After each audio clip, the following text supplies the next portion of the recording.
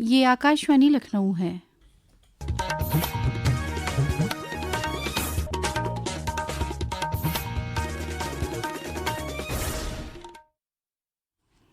अब आप शाइस्ता बानो से इलाकाई खबरें सुनिए। वज़ीर आज़म नरेंद्र मोदी कल उत्तर प्रदेश के लखनऊ में साबिक़ वज़ीर आज़म भारत रत्न अटल बिहारी वाजपेयी की 101वीं जयंती के मौके पर लखनऊ के दौरे पर रहेंगे। जनाब मोदी अटल बिहारी वाजपेयी की ज़िंदगी और उसूलों को ख़िराज अक़ीदत पेश करते हुए लखनऊ में राष्ट्र प्रेरणा स्थल का इफ्तिताह करेंगे। प्रेरणा स्थल तकरीबन 65 एकड़ की आराजी पर तकरीबन 230 करोड़ रुपए की लागत में बनाया गया है। यहाँ डॉक्टर श्यामा प्रसाद मुखर्जी, पंडित दीनदयाल उपाध्याय और अटल बिहारी वाजपेयी के 65 फीट ऊंचे कांसे के मुजस्समे हैं। इसमें कमल की शक्ल का एक म्यूजियम भी है। ये म्यूजियम जदीद डिजिटल और तकनीक के जरिए से भारत के कौमी सफ़र और इन दूरअंदेश लीडरान के ताउन को पेश करता है, जिसे वज़ीर आज़म कल कौम को वक्फ करेंगे। वज़ीर आज़म के दौरे के मद्देनज़र वज़ीर दिफ़ा राजनाथ सिंह आज लखनऊ आएंगे। वो यहाँ पर साबिक़ वज़ीर आज़म अटल बिहारी वाजपेयी की जयंती से कब्ल मुनक़दा काव्य पाठ प्रोग्राम में शामिल होंगे। वज़ीर आज़म के दौरे के मद्देनज़र लखनऊ में तैयारियां ज़ोरों पर है। ज़िला इंतज़ामिया ने तहफ़्फ़ुज़ के पुख्ता इंतज़ाम किए हैं। बाकी तफ़सील हमारे नुमाइंदे से। वज़ीर आज़म नरेंद्र मोदी की लखनऊ आमद पर हिफाजत के सख्त बंदोबस्त किए गए हैं। हिफाजती इंतजामात में 4300 पुलिस एहलकार की ड्यूटी लगाई गई है। इसके अलावा 18 कंपनी पीएसी और 4 कंपनी आरएफ के साथ छतों पर कमांडोज भी तैनात रहेंगे। महकमा सेहत ने भी खास तैयारी की है। पीजीआई और केजीएमयू को सेफ हाउस के तौर पर तैयार किया गया है। दोनों अस्पतालों में जदीद टेक्नोलॉजी से लैस बिस्तरों को रिजर्व रखा गया है। इसके अलावा 20 बेसिक लाइफ सपोर्ट और 4 advance life support ambulance alert पर रहेंगी। मुमताज अली, आकाशवाणी समाचार, लखनऊ।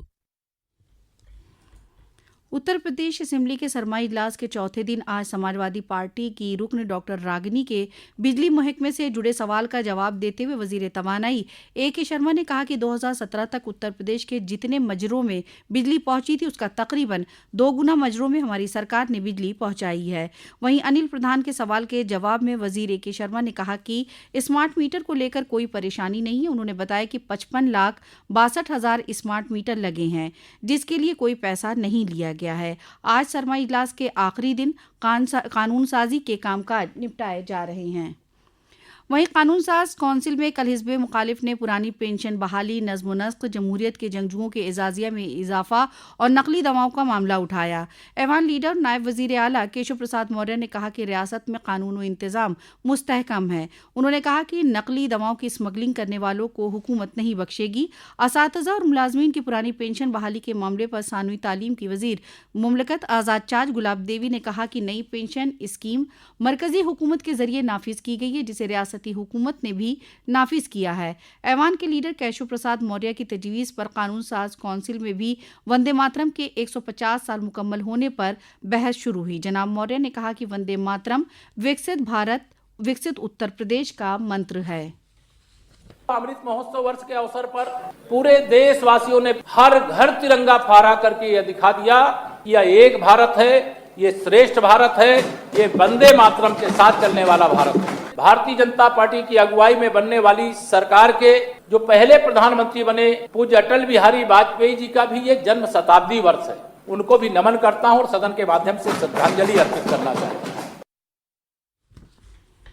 वहीं हिज़्ब इख्तिलाफ के लीडर लाल बिहारी यादव ने कहा कि वंदे मातरम हमारी आस्था है और जमहूरियत हमारी रूह है। सदर जमहूरियत द्रौपदी मुर्मू ने कल नई दिल्ली वाक़े राष्ट्रपति भवन में CSIR लखनऊ के डॉक्टर प्रबोध के त्रिवेदी की सदारत में टीम अरोमा मिशन को कौमी साइंस अवार्ड 2025 साइंस टीम से नवाजा।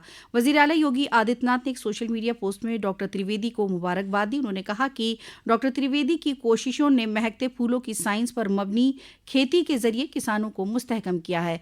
वज़ीर आला ने IIT कानपुर के प्रोफेसर अमित अग्रवाल को भी अवार्ड मिलने पर मुबारकबाद पेश की।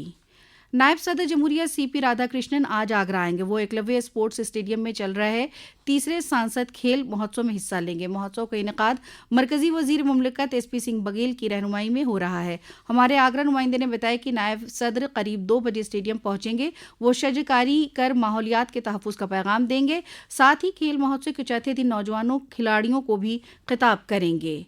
ग्रीन ट्रांसपोर्ट को फ़रोग़ देने के मकसद से रियासती हुकूमत के ज़रिए ग्रीन हाइड्रोजन के लिए 2 सेंटर ऑफ एक्सीलेंस के क़याम को मंजूरी मिल गई है। पहला centre of excellent IIT Kanpur के जरिए कानपुर के हरकोट बटवट टेक्निकल यूनिवर्सिटी के ताउन से कायम किया जाएगा। दूसरा सेंटर IIT BHU के जरिए गोरखपुर के मदन मोहन मालवीय टेक्नोलॉजी यूनिवर्सिटी के साथ मुतहदा तौर से कायम किया जाएगा। रियासत भर में सर्द लहर और घने कोहरे से आम जिंदगी मुतासिर हो रही है। कोहरे की वजह से सड़क, रेल और हवाई सफर पर असर पड़ रहा है। स्कूलों में कई अजला में छुट्टी कर दी गई है और कुछ अजला में स्कूलों के वक्त में तब्दीली की गई है। महकमा मौसमियात ने रियासत के ज्यादातर अजला में आइंदा 3 दिनों के लिए घने कोहरे और सर्द लहर का ऑरेंज अलर्ट जारी किया है। इसी के साथ आकाशवाणी लखनऊ से इलाकाई खबरें खत्म हुई। अगला बुलेटिन दोपहर 2 बजे FM पर नश्र किया जाएगा।